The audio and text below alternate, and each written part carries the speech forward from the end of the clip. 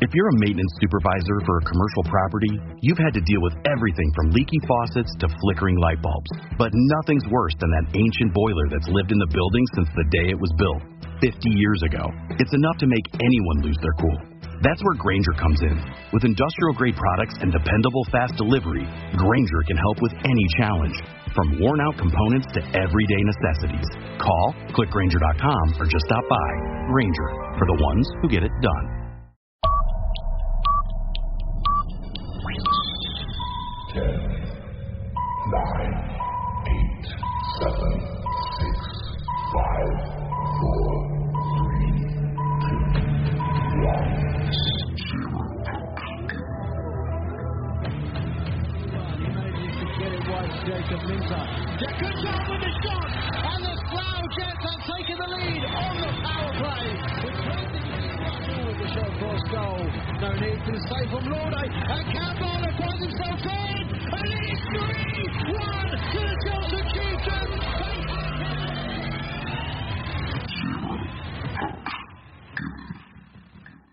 Hello and welcome to Zero Pucks Given, the UK Ice Hockey Podcast.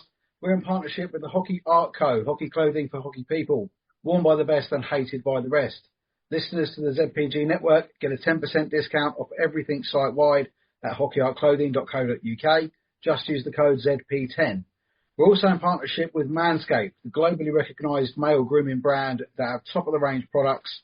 They've got extra fast charging time, extra long run time, ceramic blades, no nicks and cuts. You can get 20% off of everything from manscaped.com when you use the code 0pucks20. And we are also part of the Sports Social Podcast Network, the largest sport podcast network in Europe, boasting over 500 podcasts from more than 20 different sports. 7 of them in that network are hockey, and 2 of them are us, Zero Pucks Given and ZPG Ice Maidens. So make sure you check us out there. Welcome along to episode 143. We're jumping back into the interview episodes this year, and we are starting with Solent Devils captain Calumn Perella-Fox. How you doing this evening, mate? Okay? Yeah, not too bad. Yourself? Very well indeed. Thank you so much for joining me. We just sort of said there that we're taking up a little bit of each other's evenings because I'm off out and you've got dinner waiting. So we'll sort of see how we go with it. But, mate, we'll start with the weekend. Obviously, I know it was a bit of a negative one for you guys, really. The travelling game on a Saturday is not how you guys normally roll, is it? You like the early face-off at home. So just tell me about the weekend from your point of view. Yeah, no, it's a strange one. Like you said, a Saturday away game is not one we normally have. We've had a couple this year as well, obviously with Slough as well. But yeah, I think we just started slow and just never really got going in that game. It was a weird one. So many penalties, as you know. Obviously, you were there. We spent pretty much the whole of the second period on penalties, and we just couldn't put the puck in the back end there. And if we could score, it'd probably been a completely different game. But obviously, credit to Chelmsford, a strong team, especially on their home ice. Always hard playing against them at the home ice. And yeah, we just couldn't get the job done. We obviously put a few in near the end of the game, but it was a little too late by then. No, and I mean, I always say to anybody, the last thing you want to do against Solent is put them on the power play, because you guys are so well drilled and that setup it runs like clockwork, and you guys are really dangerous on the power play. But for that whole second period, as you say, it just didn't seem to click. Yeah, it didn't click. And then I think after the second period, Muzz made a few changes to a few of the guys on the power play, and then it worked. In that third period, we put a few in on the power play, which, like I said, was a little too late by then, and you guys had run away with it. So, yeah. Yeah, no, it was. I was expecting an extremely difficult game. I was very nervous headed to the rink on Saturday. Yeah. They've been notoriously close between Chelmsford and Solent for a few years. Of course, we had the playoff final, of course, last year at Alexandra Palace as well between the two. Which I mean, again, when I speak to Muzzer, obviously regularly. Spoke to Alex Cole, who was in your position last year as the Solent captain, and that's 2 years on the trot. You guys went to the playoff final, and it just didn't quite happen. Is that something psychologically that Muzzer's working on with the whole team? Yeah, I think so. I think obviously we've got a bit of a new team this year anyway, but I think in previous years we struggled with the semi-finals and then the finals. We give it all in the semi-finals. We always play a big team in the semi-finals. Like last year, obviously we played the Red Hawks, and we put everything on the line there, and then we come into the final and we just didn't have anything left. And I think, we fitness-wise, we struggle there, playing 2 games straight after each other. I know we do it week in and week out, but when you're playing top teams on the Saturday and then on Sunday, it's a completely different kettle of fish. So. And normally one of them's on your small pad as well, isn't it? So it's... Yeah, that's it. So it helps us a little bit. We don't have to skate as much. So, yeah.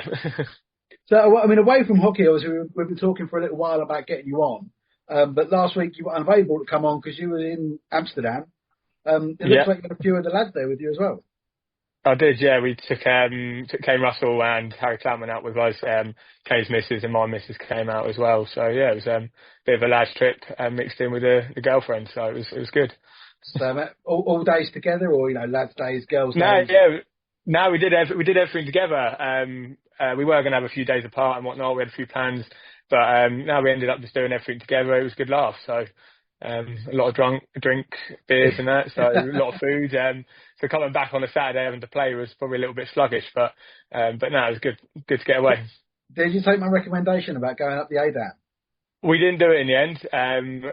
So we didn't get time in the end. We had a lot of other stuff booked up, so we didn't get around to doing it in the end. And I'm scared of heights, so I probably would have got up there and done the same as what you said you'd done and just honestly, out. I booked it for my wife's 40th. It was a surprise going to Amsterdam. Everything was a surprise. And I was looking at line and things to do, and it said, this swing at the ADAM. And I looked online, and it looked like, it's like a 23-story building, so it's not like an enormous building, but it looked like the swing was on like a podium in the centre. So I was like, you must get a great view from up there. That'd be great. And I got there, and it's off the side of a fucking building. And I absolutely shit my pants. And she went on there on her own. I held my hands up and say she went on her own.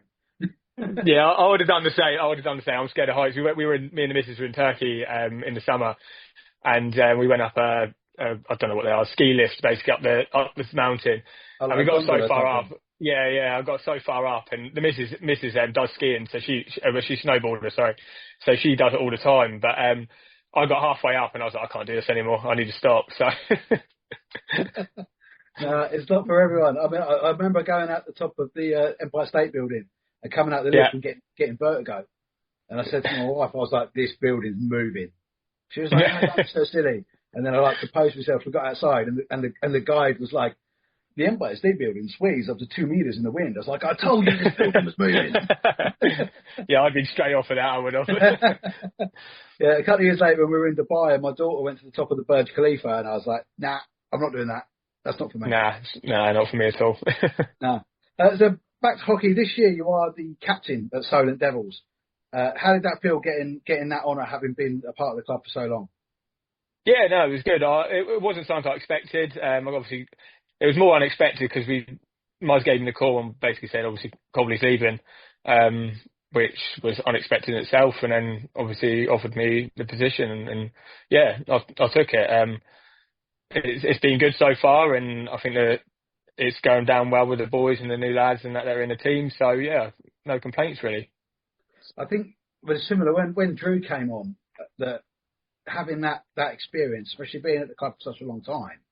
And I love what Muzz is doing throughout the club, how the twos are coming through into the one. Yeah. And it's a real setup, isn't it? And I suppose the guys are looking at you as that experienced guy, but now with the C on your jersey, I suppose you can feel that more responsibility as well as just being an experienced head.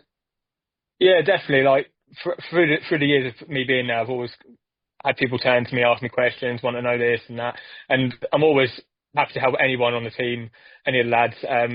But yeah, now with the C, it just feels like you've got a bit more pressure on you, and you've got to say the right things and kind of but it's going well, and I feel like the position I was in before hasn't really changed too much, apart from a letter on my chest. So it's not too bad.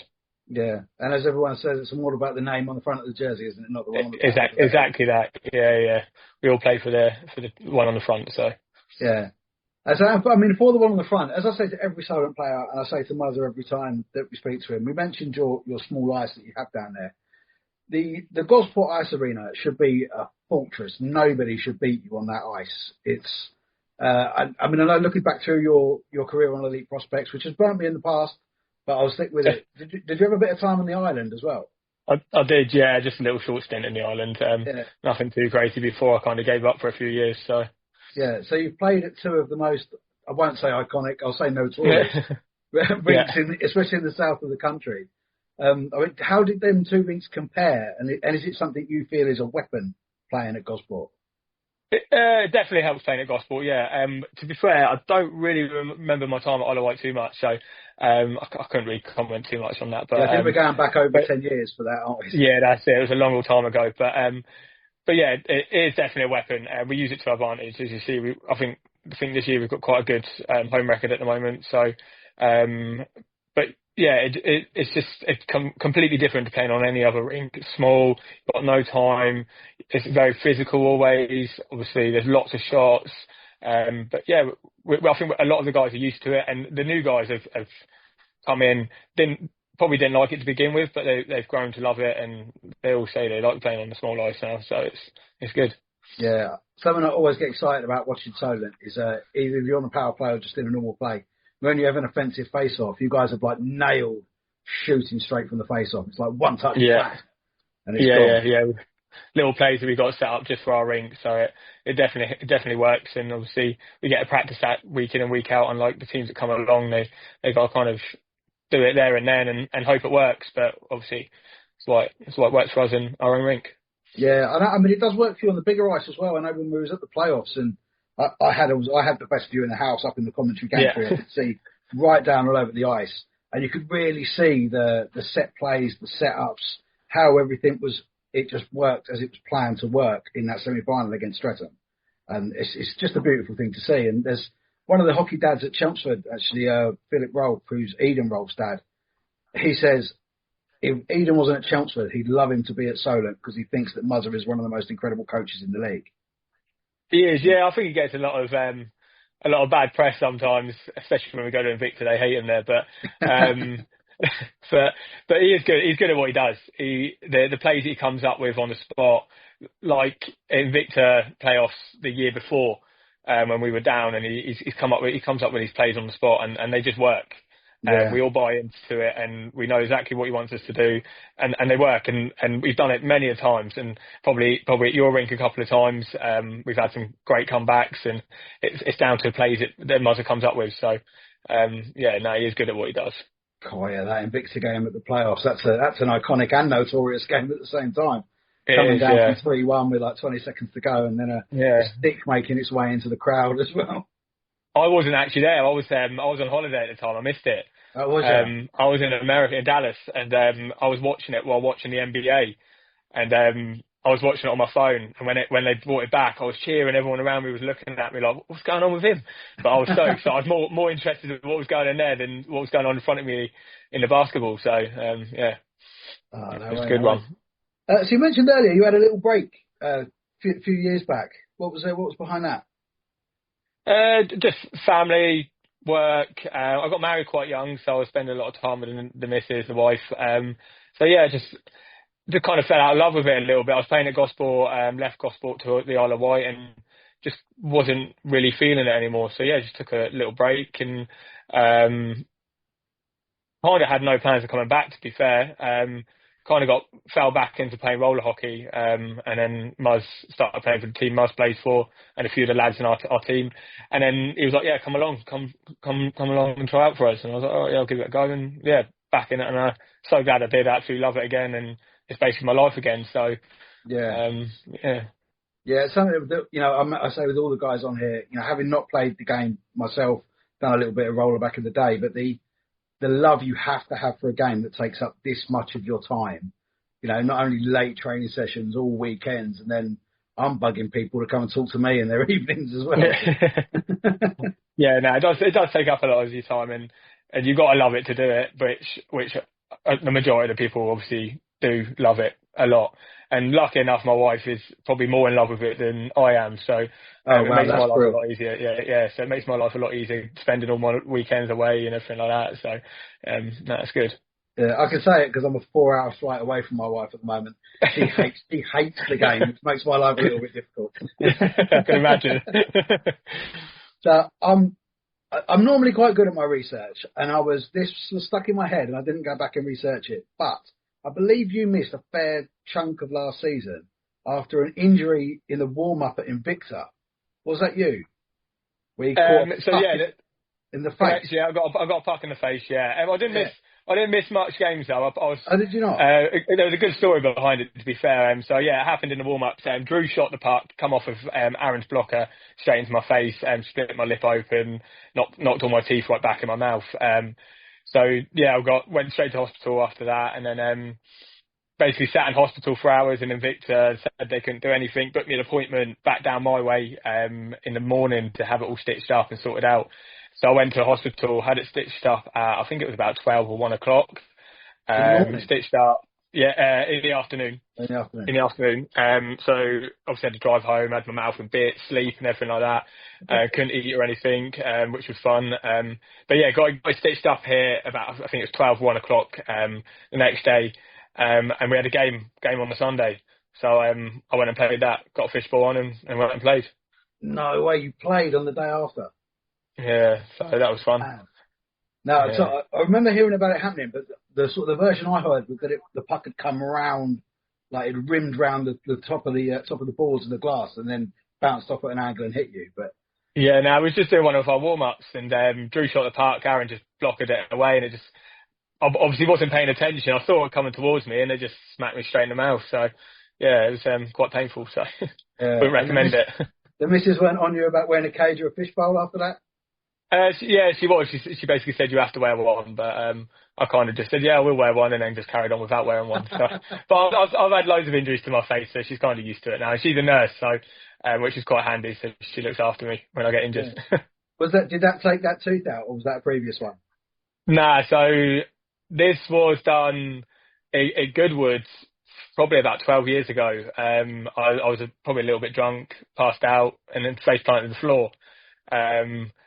And then I've had several other teeth fitted, and then they keep getting knocked out in hockey. So I've kind of decided just to leave it out until I stop playing. So you stop playing, but that's an amazing one for a hockey player to have the hockey smile, but the injury falling over at the horse racing or the cars. Exactly that. Yeah, it was horse racing. Yeah, it was horse racing. The first ever time with the horse racing. Yeah, just got a big win and then fell over and face planted and ruined all my mates' days. So. Glorious Goodwood taking your teeth out. That's it. Amazing. Yeah. So what was your start there? Are you like a Southampton, Portsmouth boy? So that was your area? So I was born in Scotland. Oh wow! Really? Yeah, moved down south probably when I was about 8-ish, maybe. I can't really remember. I lived in Fareham, and then so basically lived local all my life. Now I live in Gosport, literally 2-minute walk from the rink. So. My uncle-in-law lives in Fareham, so I like to come to the Solent away game at least once a year. So I'll be down on February the 8th. Nice, yeah. And we bring my uncle along. He's former Navy and retired in Fareham, so he's okay. And he loves coming along, but he doesn't like anyone local to see him in there because he comes to the away end. So. Well, you couldn't really tell though if it's away or a home end really, because it's all mixed really down at Gosport. To be fair, so yeah. Again, just some of that notoriety about the rink, really. No seats, freezing cold, really low glass, low ceiling. It's what really UK hockey is kind of about. You've got the big arena teams in the Elite League, but at our level, that's what gives it the character. And he'll be coming on as well next week, I think, actually after the Cup semi-finals, and we'll get onto those in a minute. When Damon Porter was at Chelmsford, and he come down to Gosport. And I asked him, what was it like when you walked in that rink? Because I would have loved to have seen your face. And he was like, yeah, I don't think I've ever seen anything quite like that before. No, I can imagine that's like a lot of the imports and stuff that come over to play. As soon as they step into our rink, they must be like, what are we doing here? Yeah. Like, what the hell's going on? What is this place? Because it is so small. It could be it could just be a training pad. You know what I mean? But it makes the games interesting, and I guess that's why the fans love it. Because the games are so interesting in our rink, and it's just it's good. It's good character. Yeah. I must say I can't imagine actually. I don't think I've seen a boring one in the nearly 6 years that I've been following the league, and I don't think I've seen a boring one yet. Even when you have I think Saturday night Invicta and Stretton went 0-0 through 60 minutes. Yeah, I saw that. And people that were there still said it was so entertaining. I can imagine it was a good game though, so back and forth and both them teams playing. It's always a physical game with them guys, isn't it? So yeah. So with all your time then playing on the South Coast, what's your favourite place to go and visit, your favourite rink to play out away from Gosport? Oh God, that's a good question. I like Cardiff, so I quite like that they're back in the league this year because I do like that rink. Yeah. Romford's a really nice rink to play on, good ice. And probably Chelmsford is probably one of my favourite places to play. The crowd is always a good game there. We've always had good games against Chelmsford. So yeah, probably one of them three are probably up there. Yeah, it was Ramos Saturday night. It was really busy. I mean, I don't normally get there that late, but I got there maybe 45 minutes before face-off, and the queue was like right on the other side of the building. Yeah, I can imagine. There was a lot of people in there. Yeah, it was astonishing. But you guys have been selling out pretty much, every home game. I think you come back this year at home to MK, full sellout. Yeah, I know, it's crazy. I think we've sold out the last 4 games, I think, off the top of my head. And I think we sold out, obviously, next weekend as well, by the weekend coming. So, yeah, we're doing well. Obviously, like you said, Milton Keynes is normally probably one of the... No offence to them, but yeah. we don't get a good normally crowd in for that. But yeah, for sell out against Milton Keynes was good. Did you shit yourself a little bit when they took the lead? A little bit. It happened right in the start of the season, didn't it? Yeah, right. We had a very close game against them, and we said in the change room before the game, like, we need to be ready for this. Like, they come here, it's a big game for them. If they beat us, it's a cup final for them. It's good. But yeah, we went down and we were like, we need to sort this out. So obviously went back in the change room, had a few words with everyone, and Muzz come in, said it was bit, and obviously come out flying and changed the game around. So it's good. Yeah. Will Fry has them guys working so hard every week as well, I think, and they really work for their coach as well, which is good to see. Yeah. Is there? No. They're a good team. Well, of the teams you played, I mean, is there another team in the league you think that have that kind of that connection with their coach, and you can feel it on the ice the way that you guys have with Muzza? I don't know. I'd say another team, probably Swindon. Swindon are a good, strong team at the moment. We struggled against them away not long ago. The same with Cardiff. We struggled against them away. They're in their big ice. They're a tough team as well. A couple of the new teams that have come into our league, and yeah, I think they're surprising everyone. I think they're doing well. Yeah, Force's got them guys working really hard, and people that go there on a Sunday night to the link are really struggling. Yeah, it's hard work going there, especially such a long travel, and then get back so late. And it's Sunday, you got work on Monday. But no, it's good to see though the two new teams coming in and doing well. Yeah, they are, and so where you guys are sitting at the moment, I mean, you've been hovering around that top 3, top 4 all season. It's pretty much, I think, nailed in now. That top 4 have qualified for the playoffs already with the points you've got. And I kind of said in the pre-season kind of build up to the league, I thought the league would split into 3 tiers. And it's exactly what it's done. And they're all separated by 15 points, which is really random. So you've got the top 4, 15 points down, you've got the next 3, and then 15 points down, you've got the bottom 2. Oh, okay. So it really has split away like that. But the top 4 are now into the Cup semi-finals as well. It's the same 4 that was in the playoffs last year as well. So they really have, all 4 clubs have put their marker down as being the ones to beat.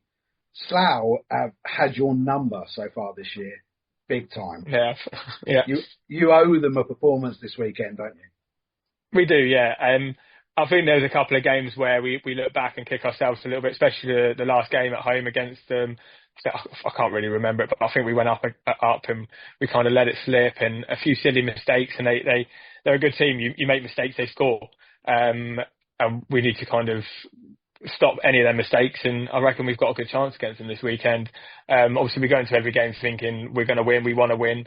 So yeah, we're going to put in a performance both Saturday and Sunday, and hopefully we come away with something decent. So yeah, you are my sneaky bet this weekend.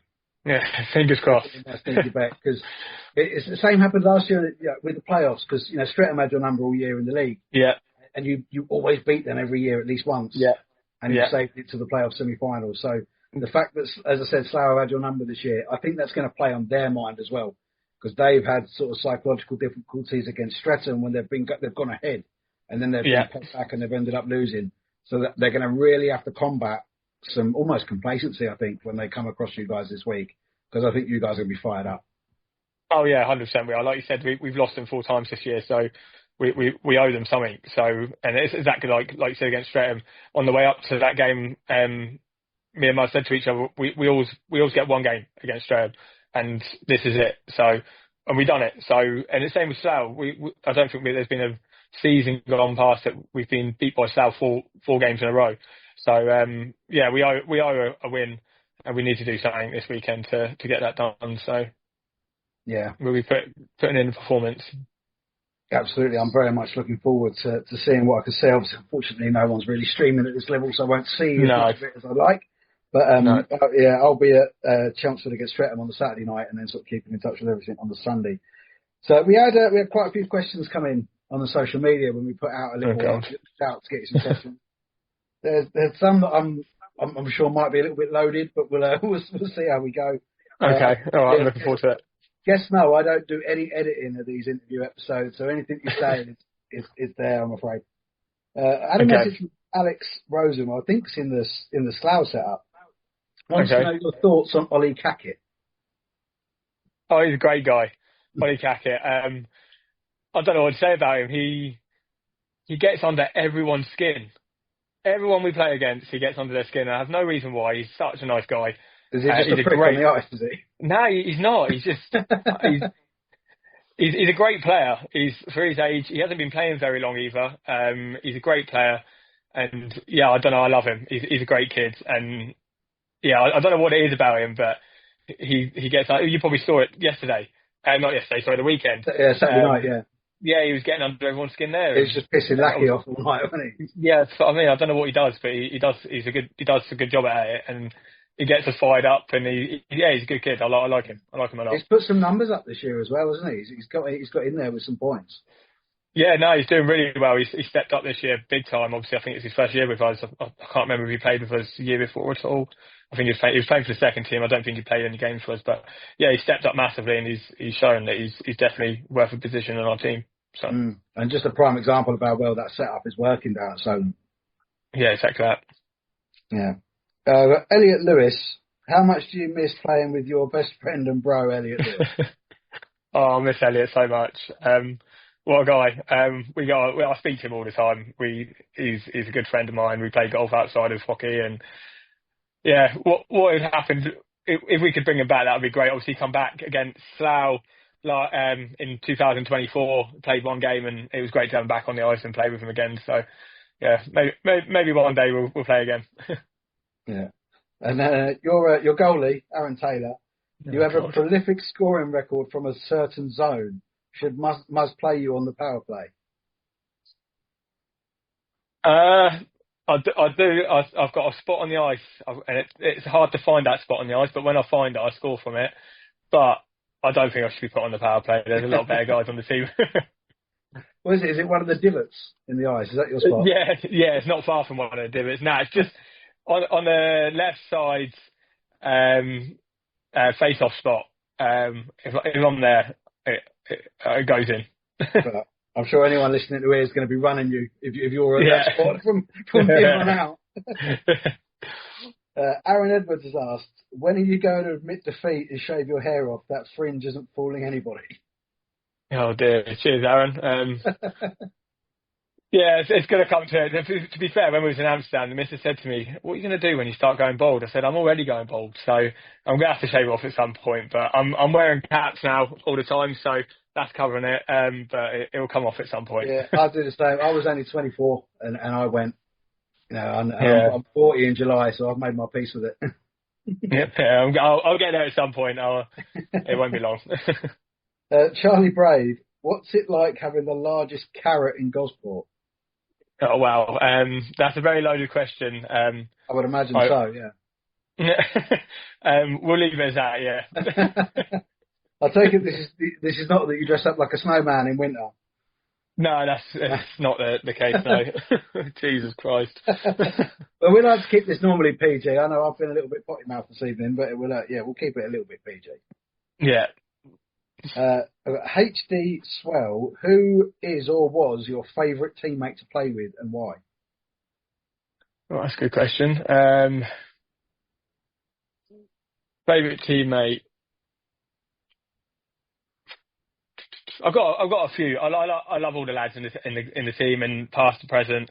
I'd probably say one of my good mates, Elliot. I love him being on the same team as him. Probably a bit of a controversial one, Rouse. He's such a funny guy. I love playing with that guy. He's Ben Locke as well. Up with the bees now as well, hasn't he? He's doing well. He is doing well. Yeah, I messaged him the other day saying good job. So, and probably Ben Locke as well. He's a good guy. Mark Pitts. I could go through them all. Aaron Taylor, great guy to play with. Yeah, everyone, to be fair, they're all good. Yeah, that was a bit of a cop out, but we'll let you have it. Nerd Deferred has asked, what is your favourite memory at the Solent Devils? Sorry, you cut out there. I didn't catch the last bit. Oh, sorry, mate. What's your favourite memory at the Solent Devils? Oh, it's probably against Chelmsford. There was a game probably a couple of years ago. Now I can't remember if it was last year or the year before. We were tied 1-1 with, I want to say it was about 10, 20 seconds left on the clock, and then I scored the game winner. It was probably one of my favourite parts of hockey. So. Yeah, I remember that game. Yeah, I do remember that one. Last couple. Your former teammate and so the person's had the C before you, Alex Cole. What's your favourite animal? It's got to be a fox. It's funny. We all have kind of spirit animals within the team. I'm a fox or a puffer fish. We've got Alex Murray, who's a panda. He loves it, so he's a panda. I won't go into the reasons why. Mark, who's a rhino. We've got Lackey, who's a buffalo. What else have we got? I'm trying to think, but I can't think off the top of it. I won't go into the reasons why. But my favourite animal would be a fox or a puffer fish. And one of the guys that catches all of you and catches the best sides of all of you, Jack at J Flower Media, wants to know why number 44. What's the story behind your number? So my number wasn't originally 44; it was 4. But it's just always been a lucky number for me. And then when I joined the senior Devils team many years ago, I think it was Chunks had 4, so I couldn't have it. So I thought 2 4s, we'll go with that, and it's stuck ever since. So there's no real reason behind it. It's just always been a lucky number for me. Yeah, I suppose it may well have taken over now. Should you ever play anywhere else or wear another jersey of any other side, you'd probably stick with 44 now, yeah? Yeah. I won't go back to 4. 44 is my number now, so it'll always be that. But being down on the south coast, you guys, every away game for you is just a trek, isn't it? It's a road trip anywhere. Yeah. What's the best story from a road trip since you've been at Solent Devils? Oh God, so we all go up separately because obviously we don't get a bus or anything like that, and I share a car with Muzz most times. We used to go up with Muzz, Richard, and so I drive the majority of the time. The reason I drive now is because Muzz used to drive a lot, and we would play cards on the way up, and he would be playing cards while driving. And after that, I was like, no, I'm driving now. I don't want to die on my way to hockey. So probably not the best experience, but it opened my eyes. So I now drive to every game. So you don't want to die like that, especially if you've got a shit hand as well. You don't want it to go that way. That's it. Exactly that. Losing both ways. Well, mate, thank you so much for your time this evening and jumping on the podcast and getting to know us a little bit better through, the media of this. It's something that I've really enjoyed doing, speaking to the players across the league. And as I've said to a few of you, with all the photographers, the videographers that do such a good job at the rinks and what we're doing here, hopefully we're creating like a digital legacy that you guys have got forever to show your kids, your grandkids, that you were a big part of British hockey. And as the Solent Devils are a massive part of British hockey, they're a club I've got so much time for. Everyone down there is just the loveliest people. Every time I come down, I'm treated really nice. And I can't wait to get back down there in February. I look forward to seeing you. And like you said, it's great what you guys are doing. So I'm glad to be on. Excellent stuff, mate. Thank you so much for your time. Thank you. Cheers.